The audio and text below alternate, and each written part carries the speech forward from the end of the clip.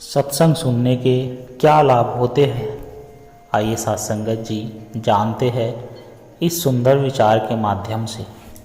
साथ संगत जी, सत्संग सुनने के कई लाभ होते हैं जो मानसिक, आध्यात्मिक और सामाजिक स्तर पर सकारात्मक प्रभाव डालते हैं। कुछ मुख्य लाभ इस प्रकार है साथ संगत जी। जैसे मानसिक शांति और सकारात्मकता। सत्संग सुनने से मन में शांति आती है और तनाव कम होता है।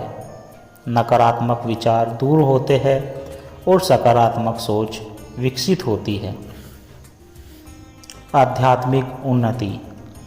सत्संग में धार्मिक और आध्यात्मिक ज्ञान मिलता है जिससे आत्मा की उन्नति होती है। भगवान, भक्ति और मोक्ष का सही अर्थ समझ में आता है। अच्छे संस्कार और नैतिकता। जीवन में अच्छे मूल्यों और संस्कारों का विकास होता है।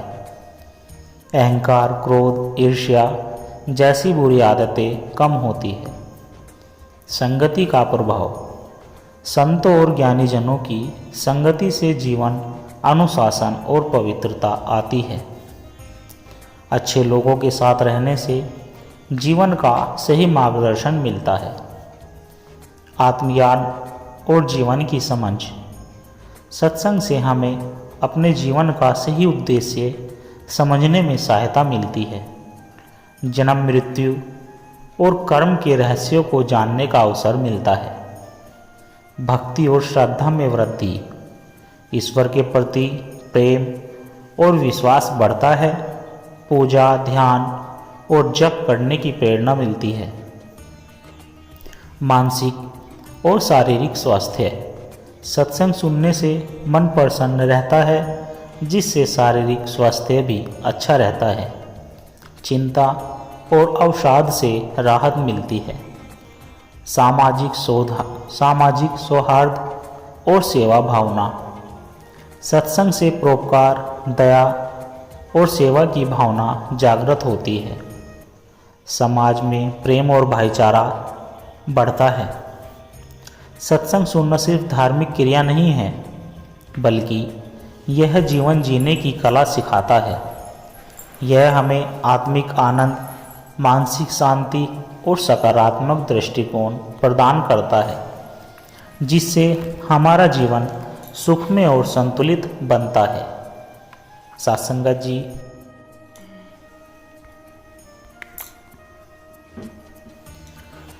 सत्संग सुनने के लाभ। साथ संगत जी, आइए एक छोटी सी कहानी के माध्यम से आप जी के चरणों में ध्यान से सुने। साथ संगत जी, बरजपुर गांव में एक युवक रहता था जिसका नाम राजू था। वह मेहनती था लेकिन बहुत क्रोधी और नास्तिक प्रवृत्ति का था। उसे धर्म, पूजा पाठ और सत्संग में कोई रुचि नहीं थी। वह अक्सर गांव के बुजुर्गों से कहता, ये सब बर्बाद करने वाली बातें हैं, ईश्वर विश्वर कुछ नहीं होता। उसकी माँ, जो गंगा देवी थी, बहुत धार्मिक थी। वे चाहती थी कि राजू भी आध्यात्मिक मार्ग अपनाए, लेकिन राजू हमेशा उनकी बात टाल देता। एक दिन गांव में एक प्रसिद्ध संत स्वामी आत्मानंद जी का सत्संग हुआ। गांव के सभी लोग वहां जाने की तैयारी कर रहे थे। राजू का दोस्त माधव भी उसे सत्संग में चलने के लिए मनाने लगा, लेकिन राजू ने साफ मना कर दिया। गंगा देवी बीमार थी, फिर भी वे सत्संग में जाना चाहती थी। बेटा का मन बदल जाए, यह सोचकर उन्होंने राजू से कहा, बेटा, अगर तुम मुझसे सच में प्रेम करता है तो बस एक बार मेरे लिए सत्संग में चल। माँ की बात टालना मुश्किल था। राजू भारी मन से सत्संग में चला गया। स्वामी आत्मानंद जी का प्रवचन शुरू हुआ। उन्होंने कहा, मनुष्य को सबसे बड़ा शत्रु कौन है? उसका अहंकार। अहंकार उसे परमात्मा से दूर कर देता है। राजू को यह बात अजीब लगी। उसने सोचा, अगर मेहनत से ही सब कुछ मिलता तो भगवान की क्या ज़रूरत। स्वामी जी आगे बोले, एक बूंद पानी जब समुद्र में मिल जाता है तो वह समुद्र बन जाता है। वैसे ही जब मनुष्य अहंकार छोड़कर शक्ति में लीन होता है तो वह ईश्वर से जुड़ जाता है। राजू ने इसे गंभीरता से नहीं लिया, लेकिन उसके मन में एक हलचल शुरू हो गई थी। कुछ दिनों बाद राजू के जीवन में एक बड़ा संकट आ गया। उसके खेत में आग लग गई, जिससे पूरी फसल जलकर राख हो गई। परिवार आर्थिक तंगी में आ गया। वह हताश और गुस्से में था। वह गांव के साहूकार के पास कर्ज लेने गया, लेकिन साहूकार ने उसका मजाक उड़ाते हुए कहा, भगवान को नहीं मानता ना, अब देख तेरा ही भाग्य तुझे धोखा दे रहा है। गुस्से और निराश में डूबा राजू अपने घर लौटा। माँ ने समझाया, बेटा, हर परिस्थिति हमें कुछ सिखाने के लिए आती है। तू एक बार फिर सत्संग में चल। राजू इस बार स्वामी जी के प्रवचन में गंभीरता से बैठा। स्वामी जी ने कहा, हर संकट हमें सिखाने के लिए आता है। जो इस संसार को समझकर धैर्य रखता है वही सच्चा ज्ञानी होता है। राजू को अब सत्संग अच्छा लगने लगा। वह हर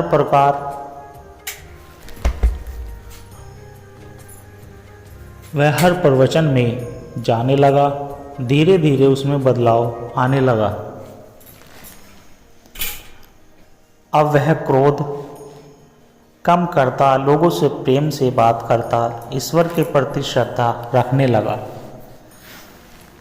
एक दिन सत्संग के दौरान एक अमीर व्यापारी आया। उसने गांव में अनाज दान करने की घोषणा की और कहा, ईश्वर ने मुझे इतना दिया, मैं तो दूसरों की मदद क्यों न करूं। यह सुनकर राजू प्रेरित हुआ।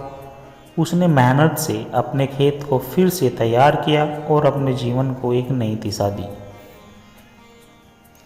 राजू अब पूरी तरह बदल चुका था। वह सत्संग का महत्व समझ चुका था।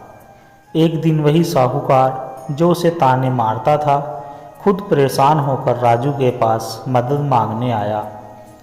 राजू ने बिना किसी द्वेष के उसकी मदद की और कहा, सत्संग ने मुझे सिखाया है कि दूसरों की मदद करना ही सच्ची भक्ति है। गांव के लोग राजू के बदलाव को देखकर आश्चर्यचकित थे। अब वही राजू को जो कभी सत्संग का मजाक उड़ाता था, लोगों को भक्ति और प्रेम का मार्ग दिखाने लगा। गांव गंगा देवी की आंखों में खुशी के आंसू थे। उन्होंने कहा, सच्चा सुख धन में नहीं बल्कि अच्छे विचारों और भक्ति में। सत्संगत जी, राजू के जीवन में सत्संग ने अद्भुत परिवर्तन ला दिया। यह कहानी हमें सिखाती है कि सत्संग केवल धार्मिक प्रवचन नहीं है, बल्कि यह हमें जीवन को सही दृष्टि से देखने की शक्ति देते हैं। अहंकार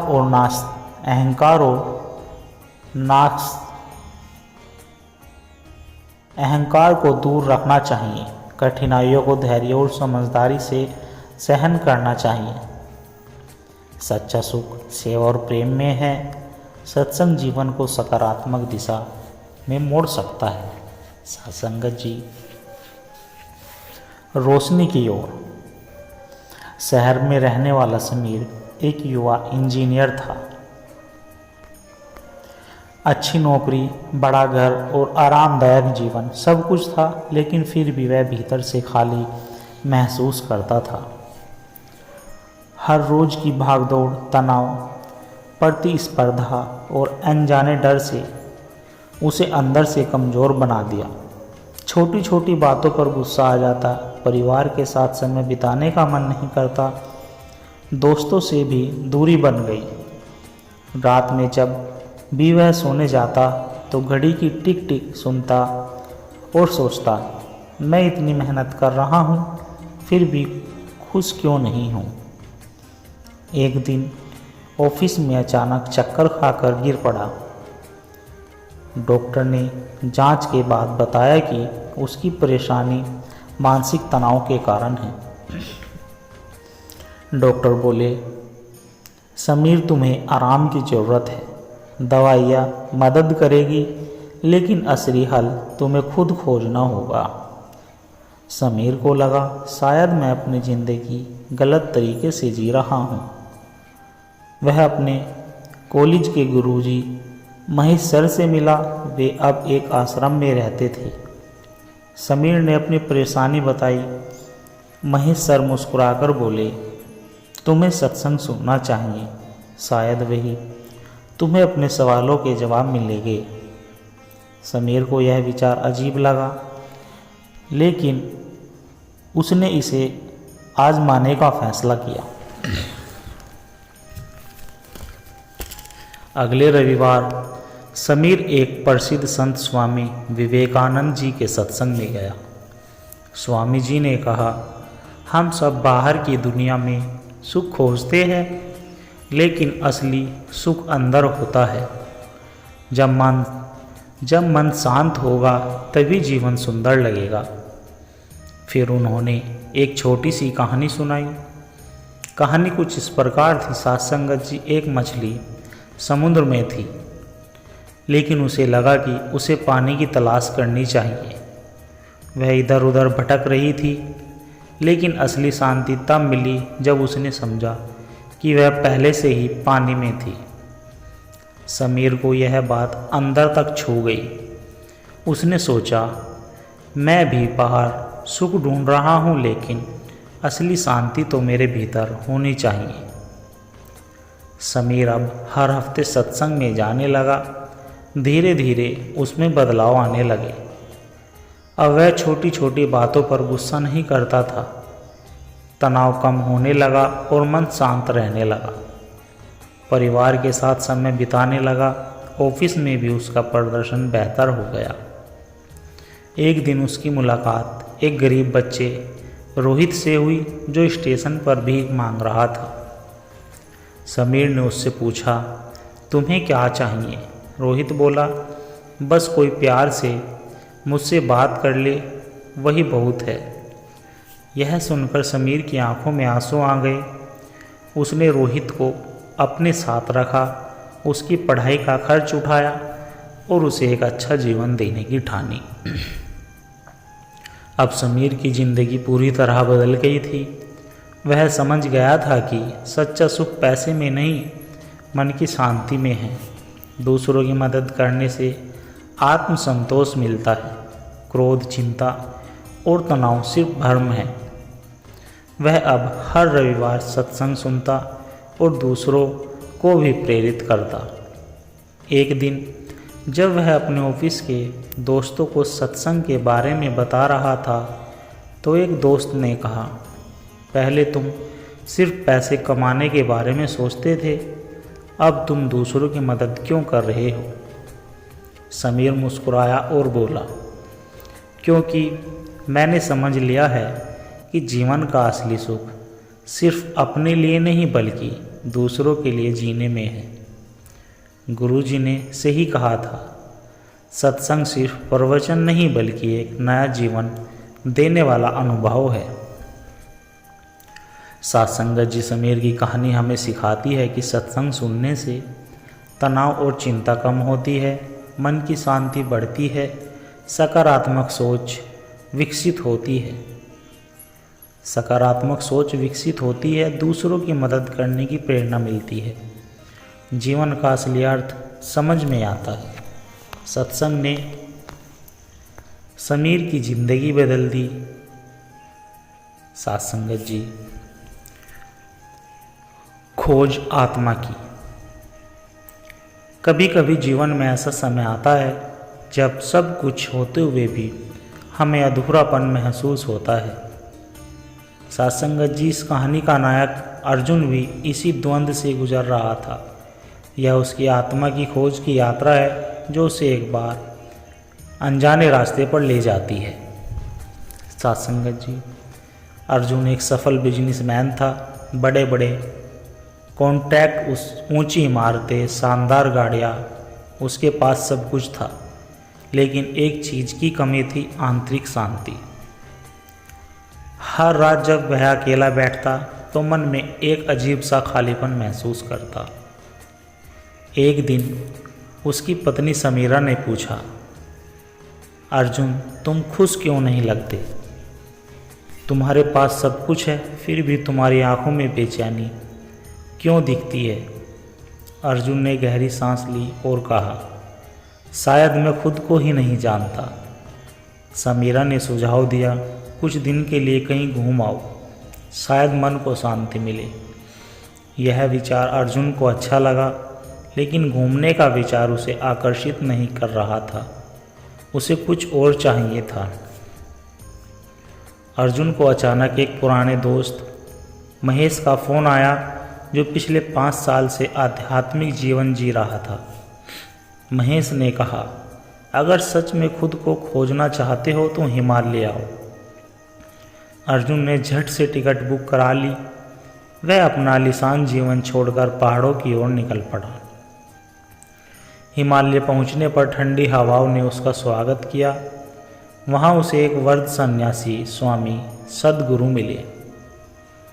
स्वामी जी ने अर्जुन को देखा और मुस्कुराकर पूछा, क्यों आए हो पुत्र? अर्जुन बोला, मैं जीवन का अर्थ समझना चाहता हूँ। स्वामी जी हंसे और बोले, तो फिर तैयार हो जाओ, क्योंकि आत्म खोज की यात्रा आसान नहीं होती। स्वामी जी ने अर्जुन को एक अलग कुटिया में रखा और कहा, पहला नियम मौन व्रत, 3 दिन तक कुछ भी नहीं बोलोगे। पहले दिन अर्जुन को बहुत मुश्किल हुई। उसे हमेशा लगता कि वह किसी से बात करे, लेकिन धीरे धीरे उसने महसूस किया कि मौन में भी एक अलग आनंद है। तीसरे दिन स्वामी जी ने पूछा, कैसा लग रहा है? अर्जुन ने उत्तर दिया, पहली बार मुझे अपने ही विचारों की आवाज़ सुनाई दी।